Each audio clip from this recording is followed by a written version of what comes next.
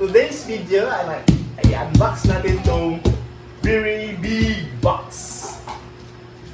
Are you excited? Yes. We'll open this one? Yes. Okay, who will open? Me or you? Papa. Okay, we'll open this one.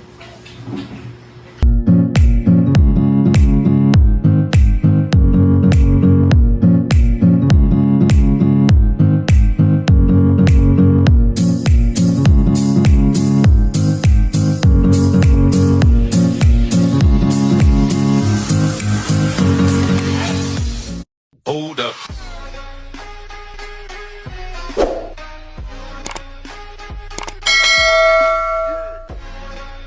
Cut first. Like that. Guys, go for the cut the hands, not to cut the hands. Yes, careful not to cut your hands.